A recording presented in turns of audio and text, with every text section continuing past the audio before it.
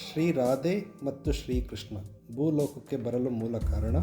Okay, so ಶ್ರೀರಾಧೆ ಮತ್ತು ಶ್ರೀಕೃಷ್ಣ ಗೋಲೋಕನ ಬಿಟ್ಟು ಭೂಲೋಕಕ್ಕೆ ಬರಬೇಕಾಗುತ್ತೆ. ಸೊ ಅವರು ಭೂಲೋಕದಲ್ಲಿ ಬಂದಾಗ ಮಾಡೋವಂಥ ಮೇನ್ ಕೆಲಸ ಏನಂದರೆ ಧರ್ಮಸ್ಥಾಪನೆ ಮತ್ತು ಪ್ರೀತಿ ಅಂದರೆ ಏನು ಅಂತ ತಿಳಿಸ್ಕೊಡೋಕ್ಕೋಸ್ಕರ.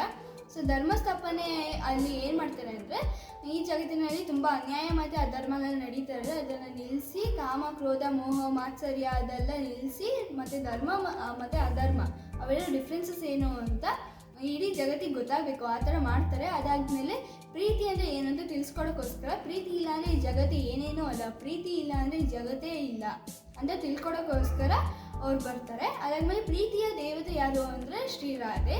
ಅದಾದಮೇಲೆ ಶ್ರೀ ಬ್ರಹ್ಮದೇವರ ಆದೇಶ ಪ್ರಕಾರ ಶ್ರೀಕೃಷ್ಣ ಮಾತ್ರ ಗೋಲೋಕನ ಬಿಟ್ಟು ಭೂಲೋಕಕ್ಕೆ ಬರಬೇಕಾಗುತ್ತೆ, ಆಯಿತಾ.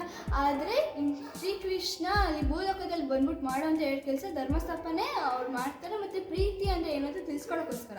ಸೊ ಪ್ರೀತಿ ಅಂದರೆ ಏನು ಅಂತ ತಿಳಿಸ್ಕೊಡೋಕ್ಕೋಸ್ಕರ ಶ್ರೀಕೃಷ್ಣ ಒಬ್ಬರೇ ಇದ್ದರೆ ಸಾಕಾಗಲ್ಲ, ಅವ್ರ ಜೊತೆಲಿ ಶ್ರೀ ರಾಧೆನೂ ಇರಬೇಕು, ಅವಾಗ ಮಾತ್ರ ಪ್ರೀತಿ ಅಂದರೆ ಏನು ಅಂತ ತಿಳಿಸ್ಕೊಡೋಕ್ಕೆ ಸಾಧ್ಯ ಆಗೋದು.